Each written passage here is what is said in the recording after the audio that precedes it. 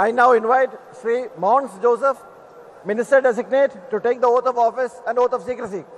Kerala Congress Joseph വിഭാഗത്തിൽ നിന്നുള്ള മോൻസ് ജോസഫാണ് അടുത്തതായി സത്യപ്രതിജ്ഞ ചെയ്യുന്നത്. മോൻസ് ജോസഫും അനുഭവ സമ്പത്തുള്ള ആൾ കൂടിയാണ് എന്നതാണ് എടുത്തു പറയേണ്ടത്. നേരത്തെയും മന്ത്രിസഭയുടെ ഭാഗമായിട്ടുള്ള മോൻസ് ജോസഫ് അദ്ദേഹം സത്യപ്രതിജ്ഞ ചെയ്യുന്നു. ഇനിയിപ്പോൾ RSPയുടെ ഷിബു ബേബി ജോൺ ഉൾപ്പെടെ സത്യപ്രതിജ്ഞ ചെയ്യേണ്ടതുണ്ട്. ഒപ്പം കോൺഗ്രസിന്റെ മറ്റ് അംഗങ്ങൾ കൂടിയുണ്ട്. മോൻസ് ജോസഫ് സത്യപ്രതിജ്ഞ ചെയ്യാൻ തയ്യാറെടുക്കുന്നു.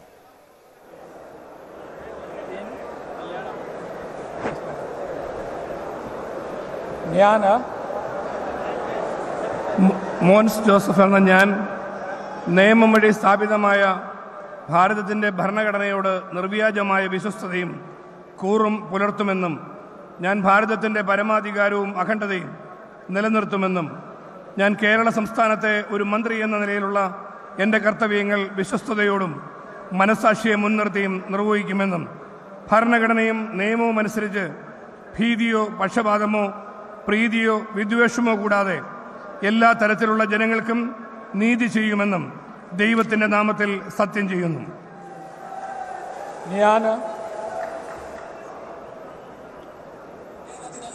മോൻസ് ജോസഫ് എന്ന ഞാൻ കേരള സംസ്ഥാനത്തെ ഒരു മന്ത്രി എന്ന നിലയിൽ എൻ്റെ പരിഗണനയിൽ കൊണ്ടുവരുന്നതോ എൻ്റെ അറിവിൽ വരുന്നതോ ആയ ഏതെങ്കിലും വിഷയം അങ്ങനെയുള്ള മന്ത്രി എന്ന നിലയിലുള്ള എൻ്റെ കർത്തവ്യങ്ങളുടെ മുറപ്രകാരമുള്ള നിർവഹണത്തിന് ആവശ്യമാകുന്നതൊഴികെ ഞാൻ ഏതെങ്കിലും ആളുകൾക്കോ നേരിട്ടോ നേരിട്ടല്ലാതെയോ അറിയിച്ചു കൊടുക്കുകയോ വെളിപ്പെടുത്തി കൊടുക്കുകയോ ചെയ്യുകയില്ലെന്ന് ദൈവത്തിൻ്റെ നാമത്തിൽ സത്യം ചെയ്യുന്നു.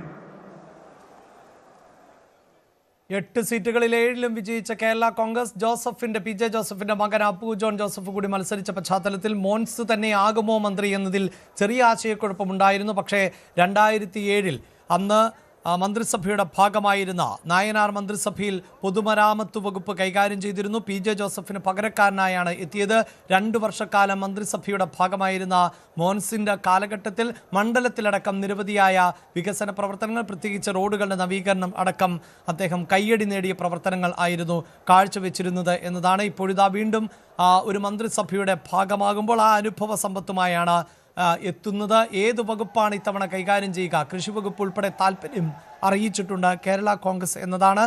മോൻസ് ജോസഫിനെ ഇത്തവണ തേടിയെത്തുന്നത് വകുപ്പ് ഏത് എന്നതിൽ വ്യക്തത കൈവരേണ്ടതുണ്ട്. എന്തു തന്നെയാണെങ്കിലും നേരത്തെയുള്ള അനുഭവ സമ്പത്ത് കൂടി പ്രയോജനപ്പെടുത്തിക്കൊണ്ട് മന്ത്രി കസേരയിൽ കൂടുതൽ ശോഭിക്കാൻ മോൻസിന് സാധിക്കും എന്നത് തന്നെയാണ് പ്രതീക്ഷിക്കുന്നത്.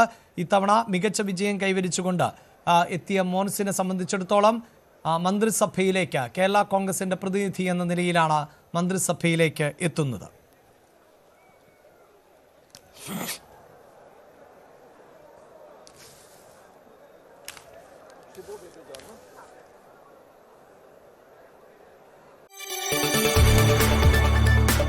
കൂടുതൽ വാർത്തകൾക്ക് News 18 Keralam YouTube channel subscribe ചെയ്യുക.